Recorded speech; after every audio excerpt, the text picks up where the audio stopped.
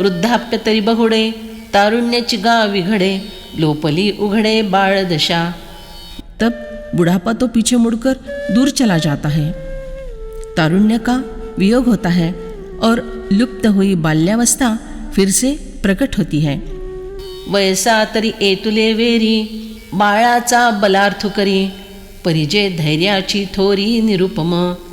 यदि वयस का विचार किया जाए तो योगी का शरीर बाल स्वरूप ही दिखाई पड़ता है, परंतु उसके धैर्य की, सामर्थ्य की महानता इतनी अनुपमेय होती है कि बाल शब्द का अर्थ बल ही करना पड़ता है। कनकद्रुमाची पालवी, रत्नकलिका नीच नवी, वाणी तैसी बरवी, नखे निगती। उसके जो सुंदर नाखून निकलते हैं उन्हें देखकर ऐसा जान पड़ता है कि मानो स्वर्ण वृक्ष में कोमल पत्तियाँ अथवा रत्न रूपी कलिका नित्य नया न मुरझाने वाला प्रकार निकला है। दात ही आन होती, परी अपाडे सानई जती, जैसी दोबा ही बैसे पांती, हिरे यांची। दांत भी नए निकलते हैं, वे बहुत छोटे छोटे बारीक होते हैं और ऐसा जान पड़ता है कि मानो जबड़े में ऊपर नीचे दोनों तरफ हीरे की कनी की पंक्तियाँ बैठी है। माणिकुले यांची आकणिया, सवियाची अणुप्रमाणिया, तैसिया सर्वांगी उठती अणिया रोमेचिया। उस योगी के समस्त शरीर पर केशों के ऐसे अग्रभाग उठते हैं कि मानो छोटी छोटी मानिक की स्वाभाविकतः अणु इतनी बारीक कनियों के ही हो। करचरण तळे जैसी कारातोत्पले, पाखाळी होती डोळे काई सांगो। हाथों की हथेलियाँ और पैरों के तलवे लाल कमल के समान सुंदर जान पड़ते हैं। आँखों का वर्णन तो क्या कहूँ, वे अत्यंत निर्मल होते हैं। निडाराचे निकोंधाटे, मोतिये नावर्ती संपुटे, मग सिवणी जैसी उतटे शुक्ति पल्लवांची। जब मोती अपनी परिपक्वता को प्राप्त होते हैं तब सीप पूरी भर जाती है और मोती सीप में नहीं समाते। फिर सीपी की सिवन जिस प्रकार खुल जाती है, तैसी पाती आतन समाये, दिठी जाकळवनी निगोपाहे, आदिलीच परी होये गगना कळिती। उसी प्रकार योगी की दृष्टि भी आँखों की पलकों में नहीं समाती, वह अंतर्भाग व्याप्त करके बाहर निकलना चाहती है। वह होती तो पहले वाली ही, परंतु अब आकाश को आच्छादित कर सके इतनी व्यापक बन जाती है। ऐके देह होये सोनेयाचे, परी लाघवये वायूचे, जे आपा आणि पृथ्वीचे अंश नाही। सुनो, योगी का शरीर यद्यपि सुवर्णमयी कांति का होता है, परंतु वायु के समान उसे हल्कापन आ जाता है, क्योंकि देह के भार का कारण बनने वाले पृथ्वी और आप इन भूतों के अंश उस शरीर में नहीं होते। मग समुद्रा पैल देखे, स्वर्गीचा आलोच आईके, मनोगत ओळखे मुंगियेचे। फिर उस योगी को समुद्र के उस पार की चीजें भी दिखाई पड़ने लगती हैं, स्वर्ग में के शब्द भी सुनाई पड़ने लगते हैं और वह चुट्टी के मन का भाव भी पहचान सकता है। पवनाच्या वारिका वळगे, चाले तरी उदकी पावो न लगे, येणे येणे बहुते काई प्रसंगे होती सिद्धि।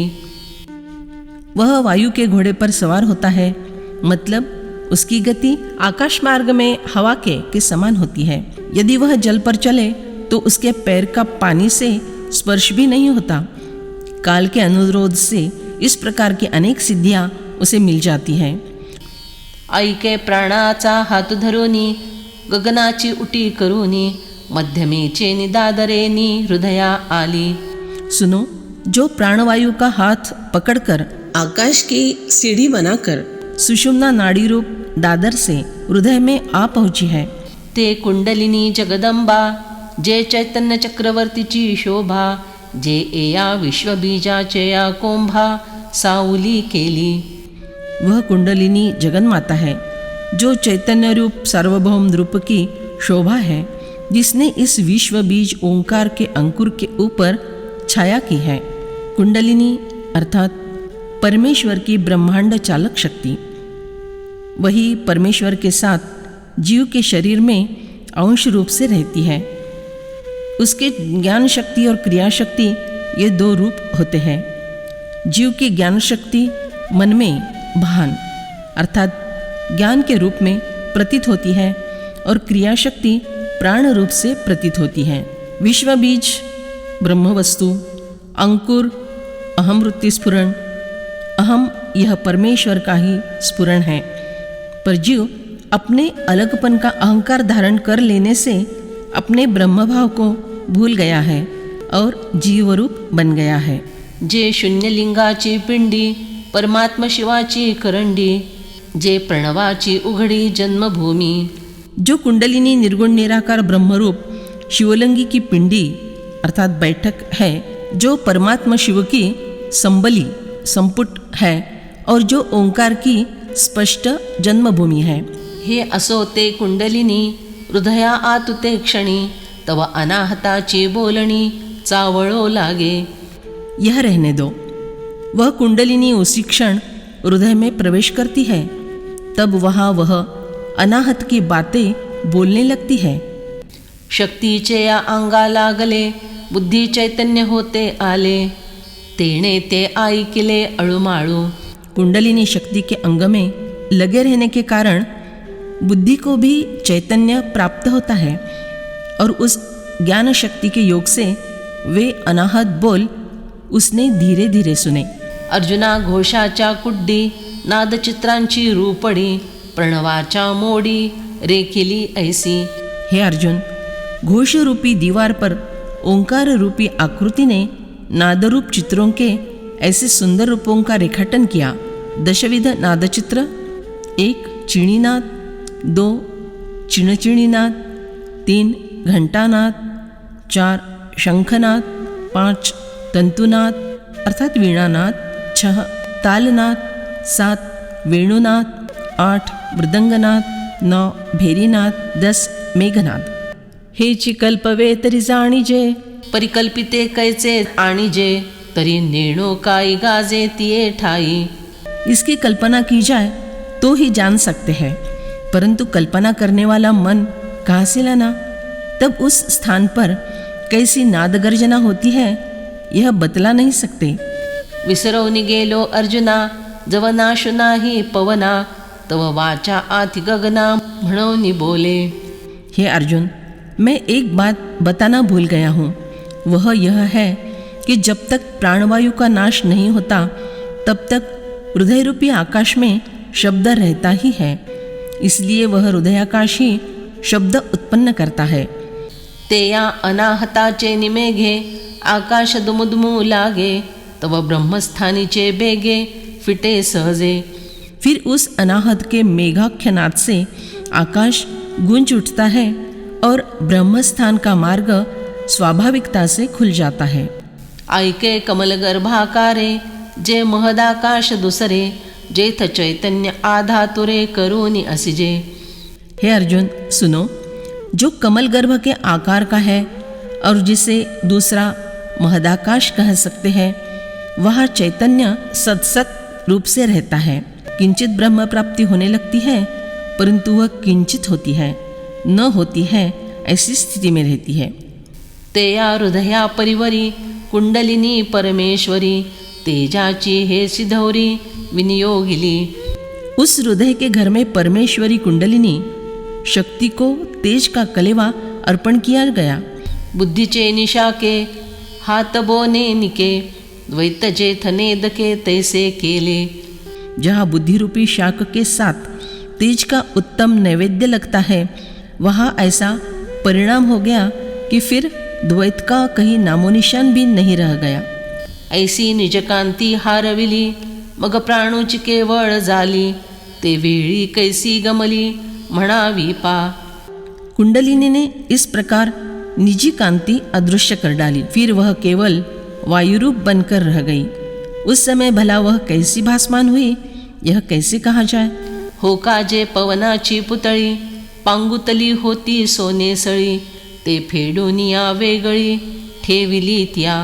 हाँ, तो ऐसा जान पड़ता है कि वह अब वायु की बनी पुतली है, जिसने पहले तेजोमय पीताम्बर पहना हुआ था, उसने अब उस वस्त्र को उतारकर अलग रख दिया है। का वायूचेनी अंगे झगटली, दीपाची दिठी निमुटली, लखलखवनी हारतली विजू गगनी। अथवा ऐसा जान पड़ता है कि हवा के हल्के से झोंके के आघात से दीपक की ज्योति बुझ गई है, अथवा आकाश में बिजली चमककर अदृश्य हो गई है। हृदय कमलवेरी दिसे सोनेयाची जैसी सरी, तैसी प्रकाश जळाची झरी वाहती आली। हृदय कमल तक आते समय वह कुंडलिनी सोने की, तेज की माला के समान दिखाई पड़ती थी, और वैसा ही जान पड़ता था कि मानो प्रकाश रूप जल का बहता झरना आया हो। मग हृदय भूमि पोकळे, दिये जिराली का एके वेळे, ऐसे शक्तीचे रूप मावळे शक्ति माझी।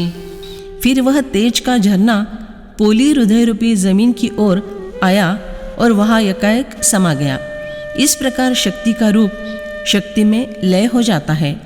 ते वेळी तरी शक्तीची म्हणिजे, एरवी प्राणु केवळ जाणिजे, आता नाद बिंदु नेणिजे कला ज्योति। उस समय उसे तो शक्ति ही कहा जाए, परंतु वास्तव में उस कुंडलिनी का अदृश्य स्वरूप अर्थात वायु रूप है, ऐसा समझना चाहिए। अब इस अवस्था में नाद, बिंदु, कला, ज्योति, इनमें से किसी का भी व्यक्त रूप में ज्ञान नहीं होता। नाद, बिंदु, कला, ज्योति ये योग शास्त्र के पारिभाषिक शब्द हैं। यह अनुभव का विषय है। मनाचा हा न मारू, पवनाचा आधारू, का ध्यानाचा आदरो नाना परी। इस अवस्था में मन को मारना, वायु को बंद करना या रोकना, अथवा निराली पद्धति से ध्यान लगाने के लिए प्रयत्न करना, हे कल्पना घे सांडी, ते नाही परिवडी, महाभूतांची फुडी आटणी हे। यह कल्पना पकड़ना अथवा यह कल्पना छोड़ना, ऐसे चारों प्रकार के यातायात नष्ट हो जाते हैं, क्योंकि यातायात करने वाले मन और बुद्धि दोनों का लय हुआ होता है। यह स्थिति मतलब पंचमहाभूतों का स्पष्ट रूप से लय हो जाना ही है, ऐसा समझो। पिंडे पिंडाचा ग्रासू, तो हा नाथ संकेतीचा डोंसू, पदी दावून गेला उद्देशू महाविष्णू। पिंड से अर्थात चैतन्यमय देहाकृति से, पिंड का अर्थात पांच भौतिक देहाकृति का ग्रास अर्थात नाश करने का यह जो नाथ संप्रदाय का अद्वैत दृष्टि का अनुभव करने का मर्म रहस्य है, उसे महाविष्णु का अवतार होने वाले भगवान श्री कृष्ण ने गुरु पद पर रहने वाले शिवजी को बतलाया। ते या ध्वनिताचे किरणे सोडूनी, यथार्थाची घडी झाडूनी, उपलविली मी जाणवनी ग्राहिक श्रोते। श्री ज्ञानेश्वर महाराज कहते हैं, भगवान ने गीता में जो योग साधन संक्षेप में ध्वनित किया है, उस संक्षेप रूपी गठरी की डोरियां खोलकर उनमें से योग्य अर्थरूपी तह निकालकर ठीक ठाक करके ये श्रोता लोग इसके ग्राहक है, ऐसा जानकर उनके सामने मैंने खोलकर रख दी है। मतलब इतने विस्तार से यह विषय बतला दिया है। युञ्जन्नेवं सदात्मानै योगी नियतमानसः, शान्तिर्निर्वाण परमां मत्संस्थामधिगच्छति। वश में किए हुए मन वाला योगी मन को इस तरह से सदा परमात्मा में लगाता हुआ मुझ में सम्यक स्थिति वाली जो निर्वाण परमा शांति है, उसको प्राप्त हो जाता है। ऐका शक्तीचे तेज लोपे, ते तदेहाचे रूप हारपे, मग ते डोळ्या माझी लपे जगाचे या। सुनो, जिस समय कुंडलिनी शक्ति का तेज नष्ट हो जाता है, उस समय देह का पांच भौतिक स्थूल रूप भी नहीं रहता। फिर वह योगी सांसारिक लोगों की दृष्टि में अपने वास्तविक स्वरूप में या स्थिति में नहीं दिखाई पड़ता। एरवी आदिलाची ऐसे सावेव तरी असे, परिवायुचे जैसे वळिले होये। यदि संसार के लोगों को दिखाई न देता हो तो भी उसका शरीर पहले जैसा अवयव युक्त रहता है, परंतु वह मानो वायु का ही बना हो, ऐसा होता है।